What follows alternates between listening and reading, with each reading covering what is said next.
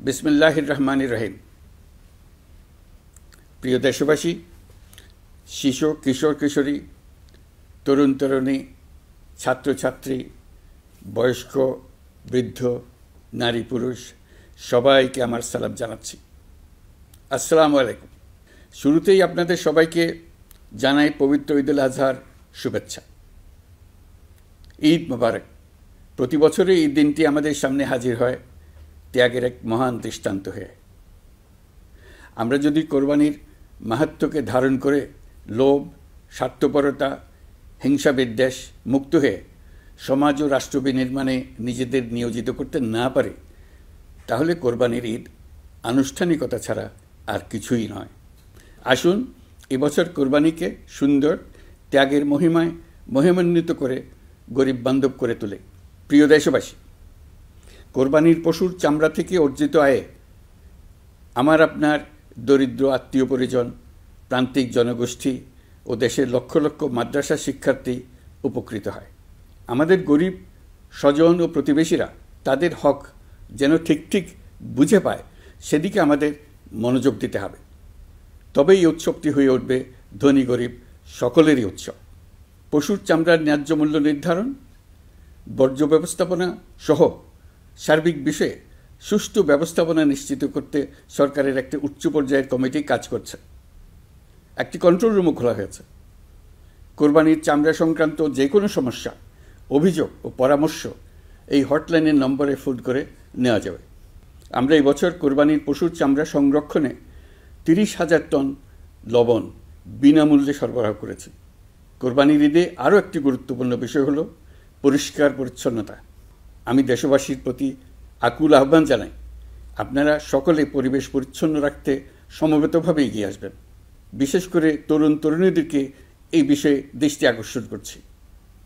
এবছর যারা হজ ব্রত পালন করছেন তাদের প্রত্যেককে জানাচ্ছি আন্তরিক শুভেচ্ছা ও অভিনন্দন। মহান রব্বুল আলমিনের অশেষ মেহেরবানিতে, আপনাদের দোয়ায় এবং সংশ্লিষ্ট সবার সর্বোচ্চ আন্তরিকতা ও পেশাদারিত্বের ফলে এবছর আমাদের হজ ব্যবস্থাপনায় সাফল্য এসছে। প্রথমবারের মতো সরকারি ব্যবস্থাপনায় লাব্বায়েক অ্যাপের মাধ্যমে হজের সার্বিক ব্যবস্থাপনা ও সেবা নিশ্চিত করা হচ্ছে। এখন পর্যন্ত হজ ব্যবস্থাপনায় কোনো অনিয়মের খবর আসেনি। টাকা দিয়েও হজে যেতে না পারার যন্ত্রণা কাউকে কাঁদতে হয়নি। হজ ক্যাম্প কিংবা বিমানবন্দরে কোনো হাজিকে প্রতিবাদ বিক্ষোভ করতে হয়নি। প্রথমবারের মতো সরকারি টাকায় কাউকে হজে পাঠানো হয়নি। প্রিয় দেশবাসী, ঈদ উল ফিতরের অভিজ্ঞতাকে কাজে লাগিয়ে দীর্ঘমেয়াদে বাজারের জিনিসপত্রের দাম স্থিতিশীল রাখতে আমরা তৎপর হয়েছি। এবার কোরবানির ঈদেও কোনো জিনিসের দাম যাতে আকস্মিকভাবে বেড়ে না যায়, সেদিকে আমরা সর্বোচ্চ নজর দিয়েছি। ফলে এবার আলু, পেঁয়াজ, ডিম, চিনি, শাকসবজি, তরিতরকারি ও মশলাসহ অধিকাংশ পণ্যের দাম গত বছরের তুলনায় কমেছে। আমরা সার্বিক বাজার ব্যবস্থাকে দুর্বৃত্তদের চক্র থেকে বের করে এনে বাজারে একটা প্রতিযোগিতামূলক পরিবেশ তৈরি করতে পেরেছি। জনগণকে ন্যায্য মূল্যে নিত্য প্রয়োজনীয় জিনিস পৌঁছে দিতে সরকারের সব রকমের চেষ্টা অব্যাহত আছে। পাশাপাশি এই কোরবানির ঈদেও দেশবাসী যাতে নির্বিঘ্নে নিজেদের দেশের বাড়িতে যাতায়াত করতে পারেন, সেজন্য সরকার সর্বোচ্চ ব্যবস্থা নিয়েছে। আইনশৃঙ্খলা বাহিনীর সদস্যরা মানুষের জানমালের নিরাপত্তায় সজাগ রয়েছেন। ঈদের ছুটির মধ্যেও বিপুল সংখ্যক কর্মকর্তা কর্মচারী এবং পুলিশ ও সেনাবাহিনীর সদস্যরা অক্লান্ত পরিশ্রম করছেন। আমি তাদের প্রতি আন্তরিক কৃতজ্ঞতা জানাচ্ছি। শুধু ঈদের সময় নয়, আগামী দিনে কখনোই বাস, রেল ও বিমান যাত্রায় কোনো ধরনের অনিয়ম যাতে না হয়, সেজন্য সরকার একটি কেন্দ্রীয় অনলাইন টিকেটিং প্ল্যাটফর্ম করতে যাচ্ছে, যেখানে এই একই প্ল্যাটফর্ম থেকেই যাত্রীরা খুব সহজেই বাস, ট্রেন ও ফ্লাইটের টিকিট ক্রয় করতে পারবেন। একই রকমভাবে সব ধরনের সরকারি সেবা যাতে জনগণের দোরগোড়ায় পৌঁছে যায়, সেজন্য নাগরিক সেবা বাংলাদেশ এই নামে একটি সেন্টার পরিচালিত হচ্ছে। দেশের সর্বত্র শহরে, হাটে বাজারে তরুণ তরুণীদের মাধ্যমে বেসরকারি ব্যবস্থাপনায় সার্ভিস সেন্টার স্থাপনের কাজ শুরু করেছে। এটি ঢাকা শহরে কয়েকটি সেবাকেন্দ্রের মাধ্যমে শুরু হয়েছে। প্রশিক্ষণপ্রাপ্ত স্থানীয় তরুণ উদ্যোক্তারা নাগরিক সেবা কেন্দ্র থেকে সাধারণ নাগরিকদের এনআইডি, পাসপোর্ট, লাইসেন্স, পুলিশের কাছে জিডি করা, কর ফাইলিং করা সহ বিভিন্ন সরকারি ডিজিটাল সেবা দেবেন। এর ফলে দালাল চক্রের খপ্পর থেকে মুক্তি পাওয়া যাবে, নানা রকম হয়রানি ও ভোগান্তি কমবে বলে আমরা আশাবাদী। এই প্রজেক্ট শূন্য বাজেটে আমরা শুরু করেছি। দেশের বিদ্যমান অব্যবহৃত সম্পদ ব্যবহার করেই সামনে এগিয়ে চলা সম্ভব, এটাই আমরা বাস্তবে করে দেখার চেষ্টা করছি। আমাদের চেষ্টা হচ্ছে প্রতিটি মন্ত্রণালয় থেকে যতগুলি সেবা এর আওতায় আনা যায় সবগুলোকে নিয়ে আসা। আমরা চেষ্টা করছি যাতে শিশু জন্মগ্রহণ করা মাত্রই তার জন্মসনদ পেয়ে যায়, ওটাই হবে তার নাগরিক স্বীকৃতি এবং রাষ্ট্র কর্তৃক তার দায়িত্ব গ্রহণের অঙ্গীকার। ওইখান থেকেই যাবতীয় সকল সনদ সে তার নাগরিক অধিকার হিসেবে ক্রমাগতভাবে সম্মানের সঙ্গে পেতে থাকবে। এক অফিস থেকে আরেক অফিসে তার দৌড়াতে হবে না, দালালের পেছনে মাসের পর মাস ঘুরতে হবে না। বিদেশ সফরে গেলে সেখানকার প্রবাসী বাংলাদেশিরা প্রায় আমাদেরকে সরকারি সেবা পেতে নানা রকম দুর্ভোগের কথা জানান।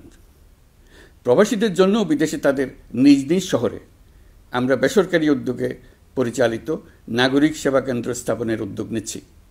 সেখান থেকে তারা পাসপোর্ট নবায়ন, জাতীয় পরিচয়পত্র ইত্যাদি সংগ্রহ করতে পারবেন। এগুলো কঠিন কাজ, এগুলোকে কঠিন করা হয়েছে, কিন্তু এখন সরকারের অভ্যন্তরে সাহসী ও উদ্যোগী সিনিয়র সচিব এবং ডিজিদের সহযোগিতায় অন্তর্বর্তী সরকারের মেয়াদকালে আমরা এটা সমাপ্ত করতে বদ্ধপরিকর। প্রিয় দেশবাসী, আপনারা জানেন ঐতিহাসিক অভ্যুত্থানের পর এই সরকার যখন দায়িত্ব গ্রহণ করে তখন দেশের অর্থনৈতিক অবস্থা ছিল ভয়াবহ। ভয়ঙ্করভাবে যুদ্ধবিধ্বস্ত দেশের অর্থনীতিও এতটা খারাপ থাকে না যতটা খারাপ করে দিয়েছে 16 বছরের লাগামহীন লুটপাটতন্ত্র। আশার বিষয় হচ্ছে শুধু ব্যাংক নয়, প্রত্যেকটি আর্থিক প্রতিষ্ঠান এখন ঘুরে দাঁড়িয়েছে। জনগণের আমানত এখন নিরাপদ। অর্থনীতির অধিকাংশ সূচক ইতিবাচক ধারায় ফিরে এসছে। আমাদের অর্থনীতির ইতিবাচক ধারা বিদেশি বিনিয়োগকারীদেরকেও আকৃষ্ট করছে। বৈদেশিক মুদ্রার রিজার্ভ শূন্যে নেমে যাওয়ার ভয়ে পতিত সরকার বিদেশি ব্যবসায়ীদের আয় নিজ দেশে নিতে দিচ্ছিল না। আমরা সেটা নিরসন করেছি, বৈদেশিক মুদ্রার রিজার্ভকে ইতিবাচক অবস্থায় নিয়ে আসতে পেরেছি। এই অর্থ বছরে আমরা চেষ্টা করেছি এমন একটি বাজেট দিতে যা সত্যিকার অর্থে জনকল্যাণমুখী হয়। দেশের ইতিহাসে প্রথমবারের মতো একটি বাজেট তার আগের বছরের চেয়ে ছোট হয়েছে। প্রবৃত্তিকেন্দ্রিক ধারণা থেকে সরে এসে আমরা চেষ্টা করেছি সামগ্রিক উন্নয়নের ধারণায় জোর দিতে। এই বাজেট প্রথাগত ভৌত অবকাঠামো তৈরির খতিয়ান নয়। এই বাজেটে প্রাধান্য দেওয়া হয়েছে মানুষকে। নজরদারি বৃদ্ধির ফলে রপ্তানি আয় বেড়েছে। অর্থনীতির দুঃসময়ে আমাদের প্রবাসী ভাই বোনেরা রেমিটেন্স যোদ্ধা হিসেবে এগিয়ে এসছেন, যার ফলে রেমিটেন্স প্রবাহ উল্লেখযোগ্যভাবে বৃদ্ধি পেয়েছে। আমি জাতির পক্ষ থেকে সকল রেমিটেন্স যোদ্ধাকে কৃতজ্ঞতা জানাচ্ছি। স্বৈরাচারী সরকারের পতনের পর অর্থ পাচার রোধে কঠিন পদক্ষেপ নিয়েছে অন্তর্বর্তী সরকার। এছাড়া পুরনো আমদানির দায় পরিশোধ হওয়ায় বৈদেশিক মুদ্রার রিজার্ভের উপরও চাপও কমেছে। রাজস্ব আদায় বাড়ানোর জন্য পূর্ব ঘোষণা অনুযায়ী জাতীয় রাজস্ব বোর্ড NBR ভেঙে অর্থ মন্ত্রণালয়ের অধীনে রাজস্ব নীতি বিভাগ এবং রাজস্ব ব্যবস্থাপনা বিভাগ নামে দুটি স্বতন্ত্র বিভাগ প্রতিষ্ঠা করা হয়েছে। এটি একটি বড় কাঠামোগত সংস্কার। এই সিদ্ধান্তের ফলে বিশাল আকারের দুর্নীতি কমবে, রাজস্ব ব্যবস্থার দক্ষতা বাড়বে, স্বার্থের দ্বন্দ্ব কমবে এবং রাজস্ব আহরণের আওতা সম্প্রসারিত হবে। অর্থনীতি সহ বিগত মাসগুলোতে সরকারের প্রত্যেকটি মন্ত্রণালয় ছোট বড় বহু সংস্কারের উদ্যোগ নিয়েছে। মোট 54টি মন্ত্রণালয়ে 1000-এর উপরে সংস্কার ও উন্নয়ন সংক্রান্ত পদক্ষেপ নেওয়া হয়েছে। এর পাশাপাশি আমরা যে সংস্কার কমিশন করেছিলাম তাদের সুপারিশের মধ্য থেকে আশু করণীয় সুপারিশগুলো দ্রুত বাস্তবায়নের জন্য মন্ত্রণালয়গুলো কাজ করে যাচ্ছে। মে মাস পর্যন্ত বিভিন্ন সংস্কার কমিশন থেকে প্রাপ্ত সুপারিশের ভিত্তিতে 54টি মন্ত্রণালয়ে 129টি সুপারিশ বাস্তবায়ন করা হয়েছে। এই সকল সংস্কার কাজের মধ্যে কয়েকটি চুম্বক অংশ আজ আপনাদের সামনে তুলে ধরতে চাই। আইন ও বিচার বিভাগ মোট 33টি গুরুত্বপূর্ণ সুপারিশ ইতিমধ্যে বাস্তবায়ন করেছে। এর মধ্যে উল্লেখযোগ্য হল ইন্টারন্যাশনাল ক্রাইমস ট্রাইব্যুনাল অ্যাক্ট 1973 সংশোধন ও পুনর্গঠন করে আইনটি আন্তর্জাতিক মানের সাথে সামঞ্জস্যপূর্ণ করা। বিচার বিভাগীয় সংস্কার কমিশনের প্রস্তাব অনুযায়ী সুপ্রিম কোর্ট বিচারক নিয়োগ অধ্যাদেশ 2025 প্রণয়ন ও জারি করা হয়েছে। এর অধীনে প্রথমবারের মতো বাংলাদেশের ইতিহাসে গণবিজ্ঞপ্তির মাধ্যমে সুপ্রিম কোর্টে বিচারক নিয়োগের সুযোগ তৈরি হয়েছে। দেওয়ানি কার্যবিধির সংশোধন করা হয়েছে, যার ফলে এখন বাদীকে আর দিনের পর দিন সশরীরে আদালতে যেতে হবে না। এক একটি দেওয়ানি মামলা নিষ্পত্তি হতে আগে যত সময় লাগত, এই সংশোধনীর ফলে সময়সীমা অর্ধেকে কমিয়ে আনা সম্ভব হবে বলে আমরা মনে করছি। দেশের 1000-এর বেশি অবকাঠামো এবং প্রতিষ্ঠানের নাম পলাতক প্রধানমন্ত্রীর বাবা, মা, ভাই, বোন, আত্মীয় স্বজনের নামে প্রতিষ্ঠিত করা হয়েছিল। তার মধ্যে ছিল সেনানিবাস, বিমানঘাঁটি, নৌবাহিনীর জাহাজ, মেগা সেতু, সড়ক, স্থাপনা, স্কুল, কলেজ, বিশ্ববিদ্যালয়, হাসপাতাল, গবেষণা কেন্দ্র, আরও বহু কিছু। এগুলোর সব নাম পরিবর্তন করা হয়েছে। নারী ও শিশু নির্যাতন দমন আইন সংশোধন করা হয়েছে। প্রবাসী ভাই বোনদের অনেক দিনের দাবির পরিপ্রেক্ষিতে পাওয়ার অফ অ্যাটর্নি বিধিমালা সংশোধন করা হয়েছে। এখন পুরনো পাসপোর্টে নো ভিসা রিকোয়ার্ড স্টিকার থাকলে কিংবা জন্মসনদ থাকলে বিদেশ থেকে পাওয়ার অফ অ্যাটর্নি সম্পাদন করতে পারবে। আগামী 2 মাসের মধ্যে আইনগত সহায়তা কার্যক্রম ব্যাপকভাবে বিস্তার করা হবে। বছরে এখন গড়ে 35,000 মামলা নিষ্পত্তি হয়। আমাদের লক্ষ্য এটিকে 2 লক্ষ মামলায় উন্নতি করা। মামলা দায়েরের 48 ঘন্টার মধ্যেই যাদের বিরুদ্ধে মামলার কোনো ভিত্তি নেই তাদের বাদ দেওয়ার ব্যবস্থা করা হচ্ছে। আমরা সর্বোচ্চ চেষ্টা করেছি দেশের মানুষকে লুটপাটতন্ত্র থেকে বের করে আনতে। আপনারা জানেন, বিগত 16 বছরে উন্নয়নের নামে মেগা প্রকল্প নিয়ে কী পরিমাণ লুটপাট হয়েছে। মেগা প্রকল্পগুলো যেন হয়ে উঠেছিল মেগা ডাকাতির প্রকল্প। আমরা দায়িত্ব গ্রহণের পরপরই বিভিন্ন উন্নয়ন প্রকল্প পুনরায় মূল্যায়ন করে দেখেছি যে প্রায় সব প্রকল্পেই ভৌতিক ব্যয় ধরা হয়েছে। শুধুমাত্র সড়ক, পরিবহন ও মহাসড়ক বিভাগ, সেতু বিভাগ, রেল মন্ত্রণালয়, বিদ্যুৎ বিভাগ, জ্বালানি ও খনিজ সম্পদ বিভাগ, এই 5টি বিভাগে ব্যয় সংকোচ করা হয়েছে 46,308 কোটি টাকা। এই টাকা দিয়ে জ্বালানি খাতে সমস্ত বকেয়া মিটিয়ে দিয়ে বকেয়ার পরিমাণ শূন্যে নামিয়ে আনা হয়েছে। বৈদেশিক ঋণ পরিশোধ করে সব ধরনের ঋণের ফাঁদ থেকে বেরিয়ে আসা আমাদের অগ্রাধিকার। দেশে বিনিয়োগ বাড়ানো ও নতুন কর্মসংস্থান তৈরিতে আমাদের গুরুত্ব দিতেই হবে। তা না হলে এদেশকে আমরা যে স্থানে নিয়ে যেতে চাই সেখানে নিয়ে যাওয়া সম্ভব হবে না। বিনিয়োগ ও কর্মসংস্থানের ব্যাপারে রাজনৈতিক দল ও জনগণ আমাদের সর্বাত্মক সমর্থন করছেন। সকলের মধ্যে ব্যাপক আগ্রহ, কৌতূহল আমাদের অনুপ্রেরণা যোগাচ্ছে। সংশ্লিষ্টদের সঙ্গে আলোচনা করে বিনিয়োগ পরিবেশ উন্নত করতে 30টি মূল সংস্কার কাজকে অগ্রাধিকার দেওয়া হয়েছে এবং ইতিমধ্যে 18টি সুপারিশ বাস্তবায়ন করা হয়েছে। বিনিয়োগ বান্ধব পরিবেশ গড়ে তুলতে এবং দেশি বিদেশি শিল্প প্রতিষ্ঠানের মধ্যে সংযোগ সৃষ্টি করতে আমরা সর্বোচ্চ চেষ্টা করে যাচ্ছি। গত অক্টোবর হতে মার্চ পর্যন্ত নেট বিদেশি বিনিয়োগ এসছে মোট 756 মিলিয়ন মার্কিন ডলার, অর্থাৎ প্রায় 9,247 কোটি টাকা। বাংলাদেশ ইনভেস্টমেন্ট সামিট 2025-এ নির্দিষ্ট খাতভিত্তিক সেশনের মাধ্যমে ব্যবসায়ী চেম্বার, ব্যাংক ও বেসরকারি খাতের অন্যান্য অংশীদারদের মধ্যে আলোচনা হয়েছে। ইনভেস্টমেন্ট সামিটে বিদেশি বিনিয়োগকারীরা ও রাজনৈতিক দলগুলোর মধ্যেও আলোচনার জন্য আলাদা ব্যবস্থা রাখা হয়েছিল, যাতে করে পরবর্তীতে যে দলই ক্ষমতায় আসুক না কেন তারা যেন বিনিয়োগ বান্ধব বাংলাদেশ গড়তে নিজেদের প্রতিশ্রুতির কথা জানাতে পারেন। সম্প্রতি চীনের বাণিজ্যমন্ত্রী চীনের 100টি কোম্পানির প্রায় 150 বিনিয়োগকারী ও ব্যবসায়ী নিয়ে বাংলাদেশে এসছেন। আমরা আশা করছি খুব দ্রুতই বড় আকারের বিদেশি বিনিয়োগ দেখতে পাব। সম্প্রতি আমি চীন, কাতার, জাপান সহ কয়েকটি দেশ সফর করেছি। এসব সফরেও বিভিন্ন বৈঠকে বাংলাদেশের অর্থনৈতিক সম্ভাবনা অগ্রগতির কথা তুলে ধরেছে। দ্বিপাক্ষিক বাণিজ্য বিনিয়োগের বিষয়ে ফলপ্রসূ আলোচনা হয়েছে। আরও বেশি সংখ্যক বাংলাদেশি যাতে বিদেশে কর্মসংস্থানের সুযোগ পায় সে চেষ্টা করেছে। বাংলাদেশে কাতারি বিনিয়োগকারীদের জন্য একটি বিশেষ অর্থনৈতিক অঞ্চল গড়ে তোলার বিষয়ে আমাদের মধ্যে আলোচনা হয়েছে। বাংলাদেশের লাখো লাখো ছেলেমেয়েরা মাদ্রাসায় পড়াশোনা করে, তাদের জন্য প্রযুক্তি শিক্ষা ও বিদেশি ভাষা শিক্ষা চালু করতে আমরা কাতার চ্যারিটির সাহায্য চেয়েছি। গত মাসে আমি জাপান সফরে গিয়েছিলাম। এই সফরে জাপানের প্রধানমন্ত্রী বাংলাদেশকে বাজেট সহায়তা ও রেলপথ উন্নয়নের জন্য $1 বিলিয়ন মার্কিন ডলারের ঋণ ঘোষণা করেছেন। দ্বিপাক্ষিক 3টি চুক্তিপত্র বিনিময় হয়েছে। এই সফরে দুই দেশের মধ্যে অর্থনৈতিক বিনিয়োগ ও অন্যান্য সহযোগিতার ক্ষেত্রে 6টি সমঝোতা স্মারক অর্থাৎ এমওইউ স্বাক্ষর হয়েছে। বাংলাদেশের কর্মশক্তির দক্ষতা বৃদ্ধি এবং জাপানে তাদের কর্মসংস্থান সহজতর করার লক্ষ্যে জাপানের সঙ্গে আমরা 2টি সমঝোতা স্মারকে স্বাক্ষর করেছি। জাপানের শ্রমিক সংকট রয়েছে, আমরা আগামী 5 বছরে জাপানে 1 লক্ষ কর্মী পাঠানোর চুক্তি সই করেছি। এর চাইতে আরও বেশি শ্রমিক ক্রমাগতভাবে পাঠানোর আয়োজন করে এসছে।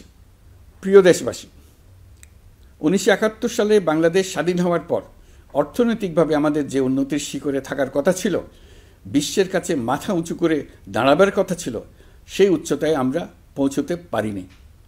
আমরা চাই বাংলাদেশ দক্ষিণ এশিয়ার অর্থনৈতিক প্রাণকেন্দ্র হিসেবে প্রতিষ্ঠিত হোক। এই কারণে বিনিয়োগ পরিষেবার উন্নয়নের পাশাপাশি বন্দরের সক্ষমতা বাড়াতে উদ্যোগ নিয়েছি। এটা করা সম্ভব না হলে দেশের কোটি কোটি মানুষের বেকারত্ব ঘুচবে না, অর্থনৈতিক সংকট রয়েই যাবে। চট্টগ্রাম বন্দর নিয়ে অনেকের মধ্যে কৌতূহল তৈরি হয়েছে। মাঝে মাঝে এমন কথাও শুনেছি যে এই বন্দর বিদেশিদেরকে নাকি দিয়ে দেওয়া হচ্ছে। আমি আগেও জানিয়েছি, চট্টগ্রাম বন্দর হলো বাংলাদেশের অর্থনীতির হৃৎপিণ্ড। বর্তমানে এই হৃৎপিণ্ড অতি দুর্বল। এখন যে অবস্থায় আছে সেই অবস্থায় তাকে রেখে দিলে আমাদের অর্থনীতিকে সামনে এগিয়ে নিয়ে যাওয়া সম্ভব হবে না। এই হৃৎপিণ্ডকে বড় করতে হবে, মজবুত করতে হবে, সুঠাম করতে হবে। তা করতে হলে বহু উদ্যোগ গ্রহণ করতে হবে, অভিজ্ঞদের সাহায্য লাগবে। আমরা যাদের সঙ্গে যোগাযোগ করেছি তারা বন্দর ব্যবস্থাপনায় বিশ্বের সেরা, সবচেয়ে অভিজ্ঞ। তারা ইউরোপ, কানাডা, অস্ট্রেলিয়া, চীন, দক্ষিণ কোরিয়া, ভারত, পাকিস্তান, তুরস্ক, মধ্যপ্রাচ্য ও আফ্রিকা সহ বিশ্বজুড়ে বন্দর পরিচালনা করে। তাদের কাজ বন্দর ব্যবস্থাপনা। আমাদের লক্ষ্য হলো বন্দর ব্যবস্থাপনার কাজ যত তাড়াতাড়ি সম্ভব তাদের কাছ থেকে শিখে নেওয়া।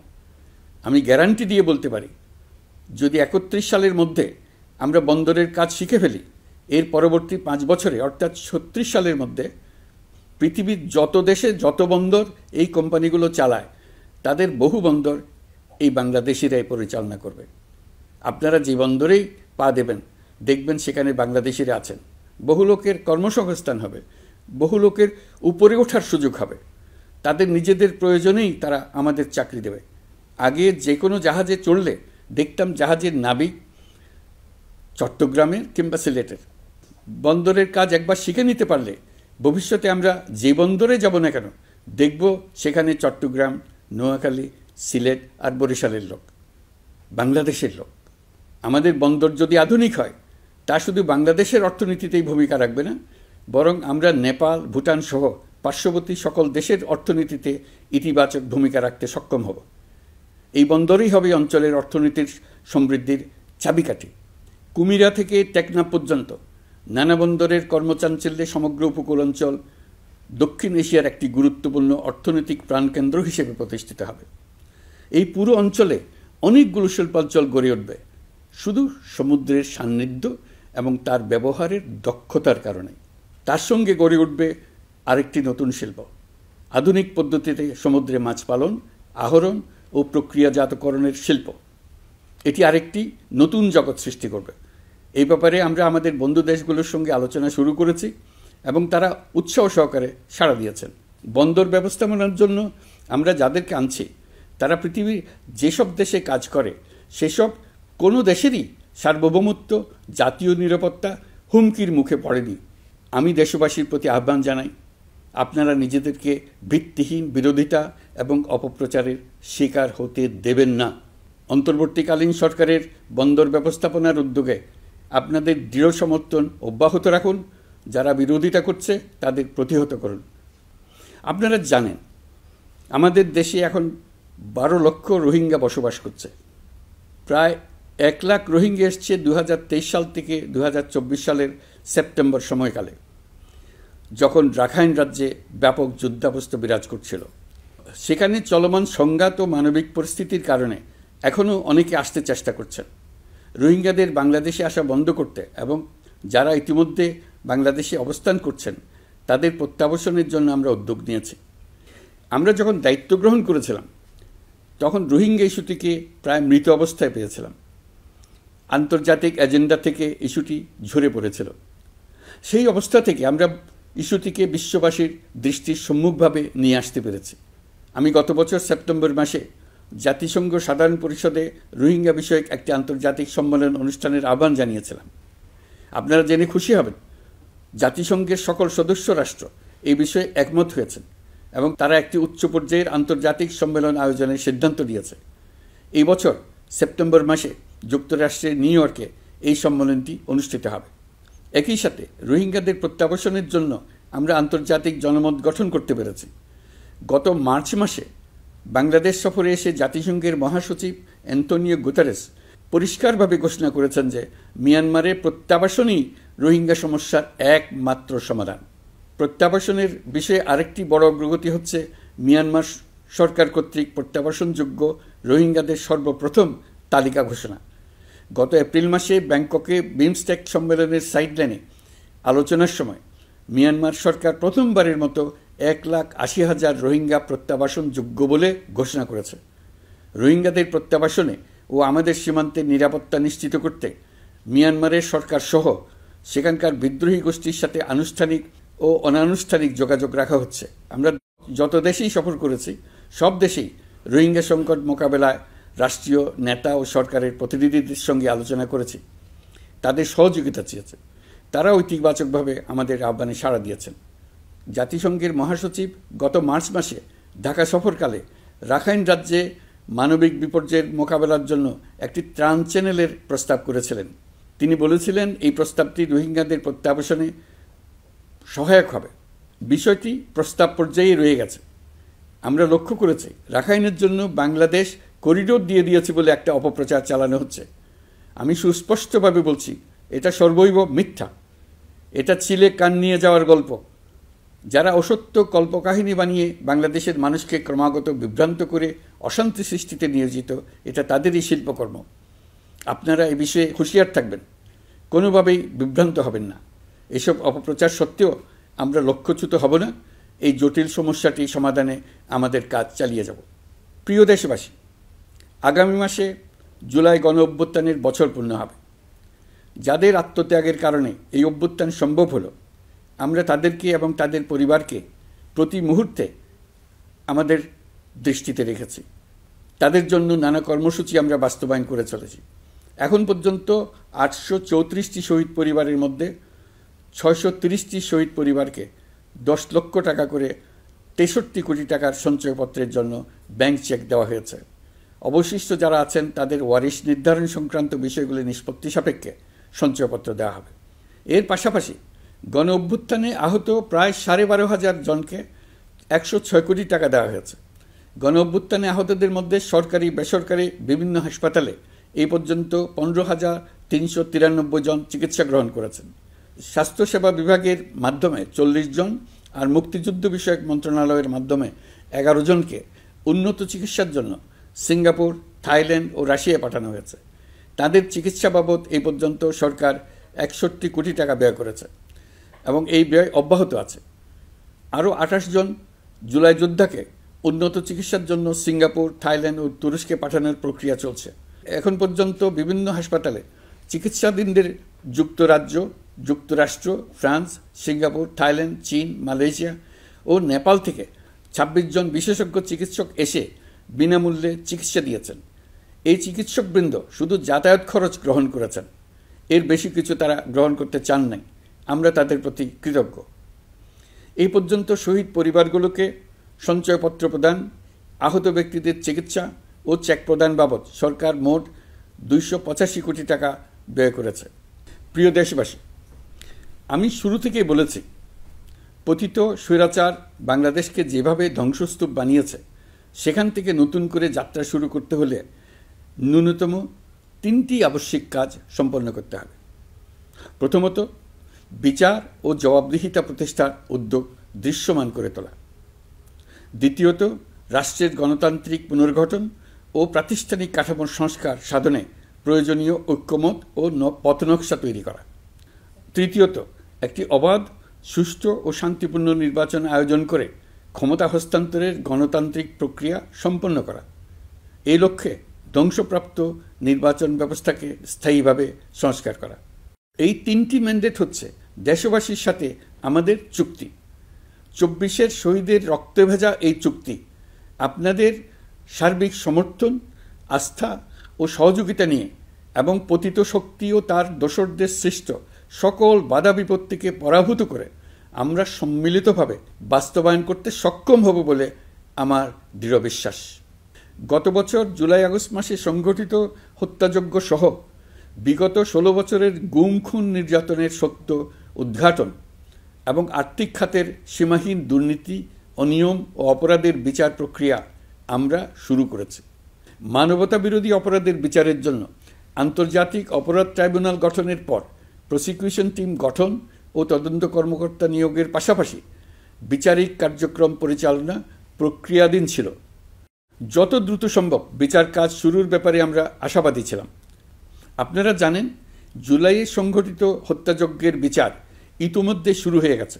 বিচার কাজ যেন দ্রুত গতিতে সম্পন্ন হয় সেজন্য সরকারের পক্ষ থেকে যত রকম সহযোগিতা প্রয়োজন আমরা তা দিচ্ছি। বিচারের জন্য আন্তর্জাতিক অপরাধ ট্রাইব্যুনালের এজলাস কক্ষ ডিজিটাল প্রযুক্তিতে সমৃদ্ধ করা হয়েছে। ইতিহাসে প্রথমবারের মতো কোনো বিচার পর্ব আদালতের অনুমতিক্রমে সরাসরি কিংবা রেকর্ডকৃত পদ্ধতিতে গণমাধ্যমে প্রচারিত হচ্ছে। আমরা বিশ্বাস করি এতে করে বিচার বিভাগের প্রতি মানুষের আস্থা বাড়বে, বিচার নিয়ে অপপ্রচার বন্ধ হবে। প্রসিকিউশন বলছে, বিগত সরকার পতনের পর তাদের আজ্ঞাবহ ব্যক্তিরা বিভিন্ন গুরুত্বপূর্ণ সাক্ষ্য প্রমাণ বিনষ্ট করার চেষ্টা করেছে। থানা, হাসপাতাল সহ গুরুত্বপূর্ণ স্থানের দলিলপত্র পুড়িয়ে বা লুকিয়ে নষ্ট করার চেষ্টা করা হয়েছে। বিভিন্ন অপরাধমূলক স্থাপনার আকার আকৃতি, দেয়াল ইত্যাদি ভেঙে এবং বিকৃত করে প্রমাণ লুকানোর চেষ্টা করা হয়েছে। বিভিন্ন ডিজিটাল এভিডেন্স যেমন ভিডিও, অডিও, ইন্টারনেট ডেটা যেগুলো ডিলিট বা ধ্বংস করার চেষ্টা করা হয়েছে, তদন্ত কর্মকর্তারা সর্বাধুনিক প্রযুক্তি ব্যবহার করে সেগুলো রিকভার এবং রেস্টোর করার কাজ করছেন। এই কাজে আমরা দেশবাসীর কাছেও সহযোগিতা কামনা করছি। স্বৈরাচারী সরকারের আমলে গত 16 বছরে রাজনৈতিক ভিন্নমত দমনের জন্য বিপুল সংখ্যক মানুষকে গুম করা হয়েছিল। এই মানুষগুলোকে এমন সব বন্দিশালায় আটকে রাখা হয়েছিল যাদের কোনোটির আয়তন ছিল মাত্র 3 ফিট বাই 3 ফিট। গুমের ঘটনা তদন্ত ও এই ভয়াবহ অপরাধের সঙ্গে যারা জড়িত তাদের বিচারের জন্য একটি স্বাধীন গুম সংক্রান্ত কমিশন নিরলসভাবে কাজ করে যাচ্ছে। তারা গুমের এমন রোমহর্ষক ঘটনা আবিষ্কার করেছে যা নিষ্ঠুরতার চূড়ান্ত সীমা ছাড়িয়ে গেছে। মানুষকে পেট কেটে সিমেন্টের বস্তা ঢুকিয়ে নদীতে ডুবিয়ে দেওয়া হতো, ইঞ্জেকশন দিয়ে অজ্ঞান করে জ্বলন্ত ইটভাটায় নিক্ষেপ করা হতো, ট্রেন ও গাড়ির নিচে ছুঁড়ে ফেলা হতো। কমিশন এখন পর্যন্ত 2টি অন্তর্বর্তীকালীন প্রতিবেদন জমা দিয়েছে। তারা এখনও প্রতিনিয়ত নতুন অভিযোগ পাচ্ছে। ইতিমধ্যে গুমের তদন্ত কার্যক্রমের জন্য ঢাকা শহরের 3টি, চাঁপাইনবাবগঞ্জ ও বগুড়া জেলায় 3টি গুমের কেন্দ্র পরিদর্শন ও সাক্ষ্য গ্রহণ করা হয়েছে। তদন্ত কাজে মানুষের সম্পৃক্ততা বাড়াতে বিশ্ববিদ্যালয়, মাদ্রাসা পর্যায়ে গণশুনানি গ্রহণ করা হয়েছে। মোট 8 শতাধিক শিক্ষার্থী, শিক্ষক, সাধারণ মানুষ গণশুনানিতে অংশ নিয়েছেন। গুম সংক্রান্ত বেশ কিছু অভিযোগ ইতিমধ্যে আন্তর্জাতিক অপরাধ ট্রাইব্যুনালের তদন্ত সংস্থার কাছে জমা হয়েছে। এছাড়াও এই সংক্রান্ত একটা আইন প্রণয়নের কাজ প্রায় শেষ পর্যায়ে আছে। অল্প কিছুদিনের মধ্যেই এটি চূড়ান্ত হবে বলে আশা করছি। গত 16 বছর ধরে এদেশের প্রতিটি স্তরে অপরাধ, অনিয়ম, দুর্নীতির ভাইরাস ছড়িয়ে পড়েছিল। এই রোগাক্রান্ত রাষ্ট্র ব্যবস্থাকে রোগমুক্ত করে জনগণের কল্যাণমুখী করতে হলে আমাদের রাজনৈতিক দলগুলোর সক্রিয় অংশগ্রহণ জরুরি। আমরা দায়িত্ব নেবার পর থেকেই রাজনৈতিক দলগুলোর সাথে নিয়মিত যোগাযোগ রেখেছি। বিভিন্ন ইস্যুতে রাজনৈতিক নেতাদের সঙ্গে আলাদা এবং একত্রিতভাবে বৈঠক করেছি। সর্বশেষ গত মাসের শেষ সপ্তাহেও বিভিন্ন রাজনৈতিক দলের নেতৃবৃন্দের সঙ্গে আমি বৈঠক করেছি এবং চলতি সপ্তাহে জাতীয় ঐক্যমত কমিশনের 2য় পর্বের আলোচনা শুরু করেছি। সরকার পরিচালনায় তারা তাদের গুরুত্বপূর্ণ মতামত তুলে ধরেছেন। রাজনৈতিক দলগুলো শুরু থেকে আমাদের সাথে সহযোগিতা করে আসছেন এবং সবসময় তারা সহযোগিতা অব্যাহত রাখার প্রতিশ্রুতি দিয়েছেন। প্রিয় দেশবাসী, আপনাদের নিশ্চয় মনে আছে জুলাই গণঅভ্যুত্থানে নেতৃত্ব অংশ নেওয়া শিক্ষার্থীরা একটি জুলাই ঘোষণাপত্র দেওয়ার কথা জানিয়েছিল। তারা আমাকেও সেখানে আমন্ত্রণ জানায়। আমি বলেছিলাম দেশের সকল রাজনৈতিক ব্যক্তিবর্গ, নাগরিক সমাজের প্রতিনিধি সহ অন্যদের সঙ্গে নিয়ে সকলে মিলে এই ঘোষণাপত্র দেওয়া ভালো হবে। এর পাশাপাশি আগামী জুলাই মাসেই সকল রাজনৈতিক দলের ঐকমত্যের ভিত্তিতে একটি জুলাই সনদ প্রস্তুত করে আমরা জাতির সামনে উপস্থাপন করতে পারব বলে আশা করছি। এই জুলাই সনদ হলো একটি প্রতিশ্রুতি, একটি জনকল্যাণমুখী রাষ্ট্র নির্মাণের জন্য সংস্কার কমিশন যে প্রস্তাবগুলো দিয়েছে সেগুলোর মধ্য থেকে রাজনৈতিক দলগুলো যে কয়টিতে একমত হয়েছে তার তালিকা থাকবে এই সনদে। জুলাই সনদে স্বাক্ষর করে তারা জাতির কাছে সেগুলো বাস্তবায়নের অঙ্গীকার করবে। জুলাই সনদ অনুযায়ী আশু করণীয় সংস্কার কাজগুলো আমরা বাস্তবায়ন করতে প্রতিজ্ঞাবদ্ধ। বাকি অংশের বেশ কিছু কাজও আমরা শুরু করে যেতে চাই। আশা করি অবশিষ্ট অংশ পরবর্তীতে নির্বাচিত সরকারের মাধ্যমে বাস্তবায়ন অব্যাহত থাকবে। প্রাতিষ্ঠানিক সংস্কারের দৃঢ় প্রতিশ্রুতি বাস্তবায়নে আমাদেরকে দৃঢ়ভাবে এবং ঐক্যবদ্ধভাবে এগিয়ে যেতে হবে। এর কোনো বিকল্প নেই। এর বাস্তবায়নের মাধ্যমে পুরো বিশ্বের কাছে দেশের নতুন ঐক্যবদ্ধ ভাবমূর্তি তুলে ধরা যাবে। বিশ্বব্যাপী সবার কাছে জাতি হিসেবে বাংলাদেশের শক্তি সম্পর্কে স্পষ্ট ধারণা তৈরি হবে। ঐকমত্য কমিশন গঠন করা আমাদের একটি দুঃসাহসিক উদ্যোগ ছিল। অন্য কোনো দেশে এমন কোনো নজির নেই। এর মাধ্যমে আমরা জাতি হিসেবে রাজনৈতিক গভীরতার সন্ধান পেয়েছি।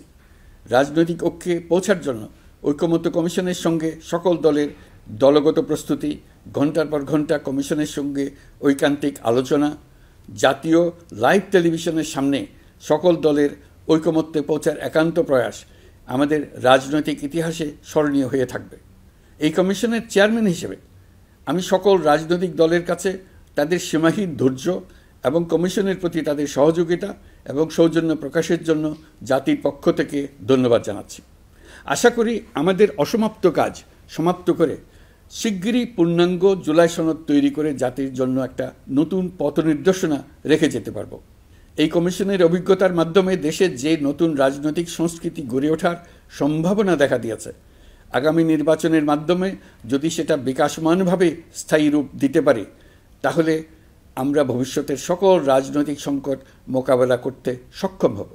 সকল প্রস্তুতি সমাপ্ত করে দেশের সকল মানুষের, কিশোর কিশোরী, তরুণ তরুণী, ছাত্রছাত্রী, কৃষক, জেলে, গৃহিণী, দিনমজুর, শ্রমিক, ব্যবসায়ী, পেশাজীবী, শিল্পী সবাই মিলে চেষ্টা করে একটা সুন্দর নিখুঁত নির্বাচন আয়োজন করে নতুন বাংলাদেশের দৃঢ় ভিত্তি রচনা করব।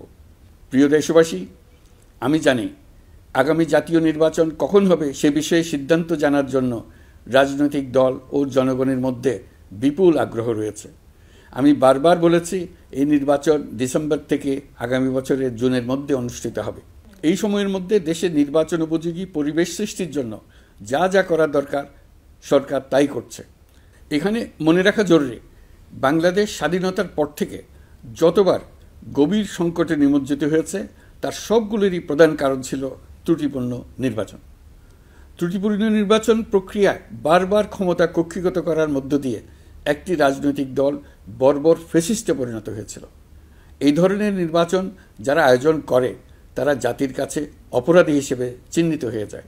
এমন নির্বাচনের মধ্য দিয়ে যে দল ক্ষমতায় আসে তারাও জনগণের কাছে ঘৃণিত হয়ে থাকে। এই সরকারের একটি বড় দায়িত্ব হলো একটি পরিচ্ছন্ন, উৎসবমুখর, শান্তিপূর্ণ, বিপুলভাবে অংশগ্রহণের পরিবেশে একটি নির্বাচন অনুষ্ঠান করা, এমন একটি নির্বাচন আয়োজন করা যাতে করে দেশ ভবিষ্যতে নতুন সংকটে না পড়ে। এই জন্য সবচেয়ে বেশি গুরুত্বপূর্ণ হলো প্রাতিষ্ঠানিক সংস্কার। যেই প্রতিষ্ঠানগুলো নির্বাচনের সঙ্গে সরাসরি জড়িত সেগুলোতে যদি সুশাসন নিশ্চিত করা না যায় তাহলে ছাত্র জনতার সকল আত্মত্যাগ বিফলে যাবে।